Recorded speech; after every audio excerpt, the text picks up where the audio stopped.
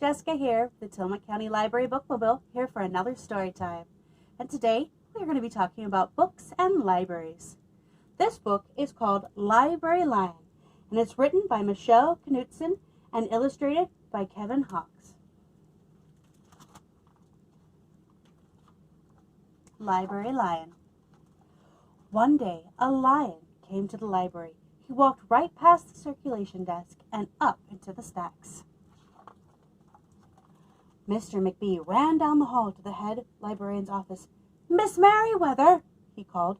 "No running," said Miss Merriweather, without looking up. "But there's a lion," said Mr. McBee, "in the library." "Is he breaking any rules?" asked Miss Merriweather. She was very particular about rule breaking. "Well, no," said Mr. McBee. "Not really." "Then leave him be." The lion wandered all around the library. He sniffed the card catalog. He rubbed his head against the new books collection. Then he padded over to the story corner and went to sleep. No one was sure what to do. There weren't any rules about lions in the library. Soon it was time for story hour. There weren't any rules about lions at story hour either. The story lady seemed a little nervous, but she read out the first book's title in a good, clear voice. The lion looked up. The story lady kept reading. The lion stayed for the next story and the story after that. He waited for another story, but the children began to walk away. "Story hour is over," a little girl told him. "It's time to go." The lion looked at the children. He looked at the story lady. He looked at the closed books. Then he roared very loud. "Roar!" Miss Merriweather came striding out of her office. "Who is making that noise?" she demanded. "It's the lion," said Mr. McBee. Miss Merriweather marched over to the lion. "If you cannot be quiet, you'll have to leave," she said in a stern voice. "Those are the rules." The lion kept roaring. He sounded sad. The little girl tugged on Miss Merriweather's dress. "If he promises to be quiet, can he come back for story hour tomorrow?" she asked. The lion stopped roaring. He looked at Miss Merriweather. Miss Merriweather looked back. Then she said, "Yes, a nice quiet lion would certainly be allowed to come back for story hour tomorrow." "Hooray!" said the children. The next day the lion came back. "You are early," said Miss Merriweather. "Story hour is not until 3 o'clock." The lion did not budge. "Very well," said Miss Merriweather. "You might as well make yourself useful." She sent him off to dust the encyclopedias until it was time for story hour. The next day the lion came early again. This time Miss Merriweather asked him to lick all the envelopes for the overdue notices. Soon the lion began doing things without being asked. He dusted the encyclopedias. He licked the envelopes. He let small children stand on his back to reach books on the highest shelves. Then he curled up in the story corner to wait for story hour to begin. At first, the people in the library were nervous about the lion, but soon they got used to having him around. In fact, he seemed very well suited for the library. His big feet were quiet on the library floor. He made a comfy backrest for the children at story hour, and he never roared in the library anymore. "What a helpful lion," people said. They patted his soft head as he walked by. "How did we ever get along without him?" Mr. McBee scowled when he heard that. They had always gotten along fine before. No lions were needed. Lions, he thought, could not understand rules. They did not belong in the library. One day, after he had dusted all the encyclopedias and licked all the envelopes and helped all the small children, the lion padded down the hall to Miss Merriweather's office to see what else there was to do. There was still some time left before story hour. "Hello, lion," said Miss Merriweather. "And I know something you can do. You can bring a book back into the stacks for me. Let me just get it down from the shelf." Miss Merriweather stepped onto the step stool. The book was just out of reach. Miss Merriweather stood on her toes.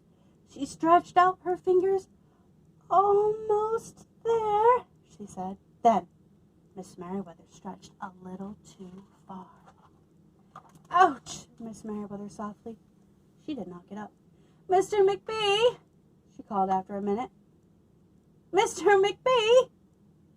But Mr. McBee was at the circulation desk. He could not hear her calling. "Lion," said Miss Merriweather, "please go get Mr. McBee." The lion ran down the hall. "No running," Miss Merriweather called after him. The lion put his big front paws on the circulation desk and looked at Mr. McBee. "Go away, lion," said Mr. McBee. "I'm busy." The lion whined. He pointed his nose down the hall towards Miss Merriweather's office. Mr. McBee ignored him. Finally, the lion did the only thing he could think of doing. He looked at Mr. McBee right in the eye. Then he opened his mouth very wide, and he roared the loudest roar he had ever roared in his life. Roar! Mr. McBee gasped. "You're not being quiet," he said to the lion. "You're breaking the rules." Mr. McBee walked down the hall as fast as he could. The lion did not follow him. He had broken the rules. He knew what that meant. He hung his head and walked towards the doors. Mr. McBee did not notice. "Miss Merriweather!" he called as he walked. "Miss Merriweather, the lion broke the rules! The lion broke the rules!" He burst into Miss Merriweather's office. She was not in her chair. "Miss Merriweather?" he said. "Sometimes," said Miss Merriweather from the floor behind her desk, "there is a good reason to break the rules, even in the library. Now please call the doctor.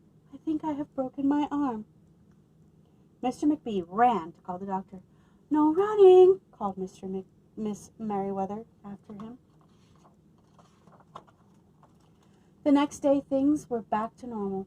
Almost. Miss Merriweather's left arm was in a cast. The doctor had told her not to work too hard. "I will have my library lion to help me," Miss Merriweather thought. But the lion did not come to the library that morning. At 3 o'clock, Miss Merriweather walked over to the story corner. The story lady was just beginning a story for the children. The lion was not there. People in the library kept looking up from their books and computer screens, hoping they would see a familiar furry face. But the lion did not come that day. The lion did not come the next day either, or the day after that. One evening, Mr. McBee stopped by Miss Merriweather's office on his way out.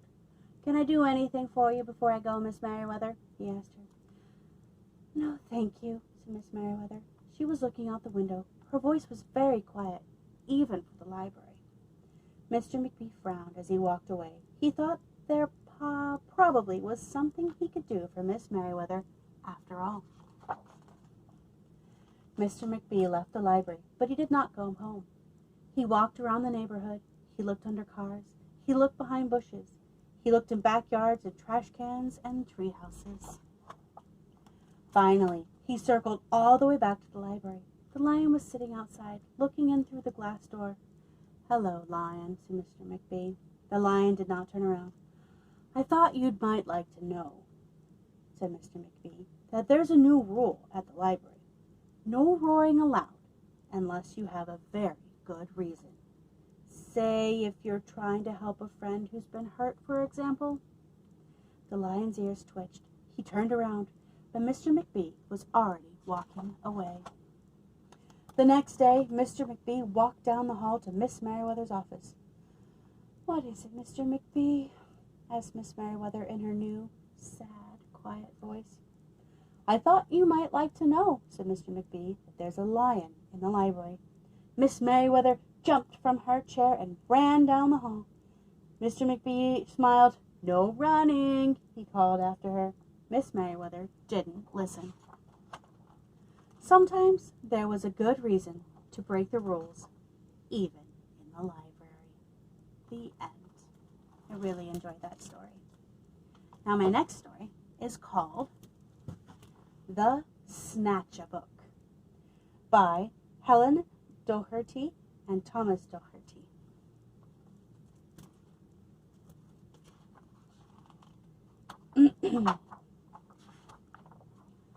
The Snatcher Book.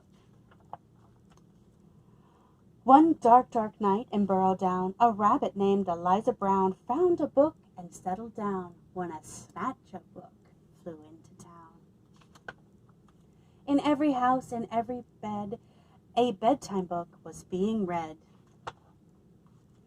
Tales of dragons spitting flames, witches playing spooky games, pirates on the 7 seas, princesses trying to sleep on peas, and every child in every bed listened hard to each word said. Eliza Brown at number 3 was reading quite contentedly. Her curtains opened just a chink. She barely had a chance to blink. Her storybook just disappeared. Eliza found that very weird. The little owls on Mommy's lap were quite surprised to hear a tap against their bedroom window glass. Tap, tap. The noise came really fast. Before they'd even looked around, the book was gone without a sound. The wind blew wild across the sky. The smallest squirrel heard a cry. "What's that?" she whispered to her dad. But then, and this is what was really bad, before they had a chance to look, she'd lost her very favorite book. And so it went night after night. Books disappeared from left and right. 5 books here and 6 books there. The shelves began to look quite bare. In Burrow Down the rumor spread of book thieves under every bed. Eliza Brown at number 3 was quite keen to solve this mystery. She planned one night to lie in wait and use a pile of books for bait. Long hours passed without a peep. She'd nearly fallen fast asleep, when suddenly Eliza heard a flap of wings, a bat, a bird. Eliza saw a shadow loom, enormous, right across her room. What kind of monster could it be? Eliza thought, "You don't scare me." And yet her heart was beating fast. She'd have to face that thief at last. She threw the window open wide and shouted to the thing outside, "Stop stealing all our books right now. Just give them back. I don't care how." "I'm sorry," came a little voice. "I really am. I had no choice." Eliza looked down in surprise. She couldn't quite believe her eyes. "So who are you? And what's your name?" The creature hung its head in shame and mumbled with a mournful look, "I'm just a little Snatchabook." Eliza nodded solemnly and sat that creature on her knee. "You can't just come and help yourself to every book on every shelf." A tear rolled from the creature's eye, and softly he began to cry. "I know it's wrong, but can't you see? I've got no one to read to me." Eliza sighed. He looked so sad. If he just had a mom or dad to read him stories every night, well, then he might behave all right. That very night they hatched a plan, and so the Snatchabook began. To give back all the books he'd picked, Eliza Brown was very strict. Then, trying hard to prove himself, he stacked them neatly on each shelf. And then, when he'd made his full amends, Eliza called on all her friends and told them how he'd worked all night to turn a wrong into a right. And now each night in Burrow Down, as darkness falls upon the town, in every house and every bed, a bedtime book is being read. And if you take a closer look, you might just see a Snatchabook, perched happily on someone's bed, listening hard to each word said. The end. I really love that story. And now, our final story for today is called Bats at the Library, written and illustrated by Brian Lies. I really enjoy this book. Bats at the Library. Another inky evening's here. The air is cool and calm and clear. We've feasted, fluttered, swooped, and soared, and yet we're still a little bored. All this sameness leaves us blue and makes us ache for something new. Then word spreads quickly from afar. A window has been left ajar. Can it be true? Oh, can it be? Yes, Bat Night at the Library. The sky is lively as we race together towards our favorite place. Eager wings beat autumn air. Look, that's it. We're almost there. Then, squeezed together wing to wing, we rocket through the opening. We've waited for this night all year, but this is it, at last! We're here!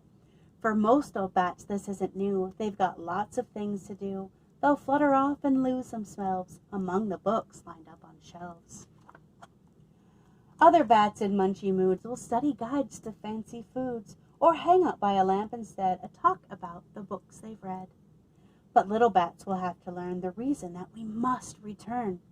The ones who haven't come before have no idea what's in store. For some of them will drift away and figure out a game to play, like shaping shadows on the wall or wingtip tag around the hall. This big box is loads of fun, blasting brighter than the sun. Instead of copying books from shelves, we can duplicate ourselves. Doesn't matter where you look, there's nothing like a pop-up book. The fountain water's nice and cool, makes a splendid swimming pool. Please keep it down, you must behave.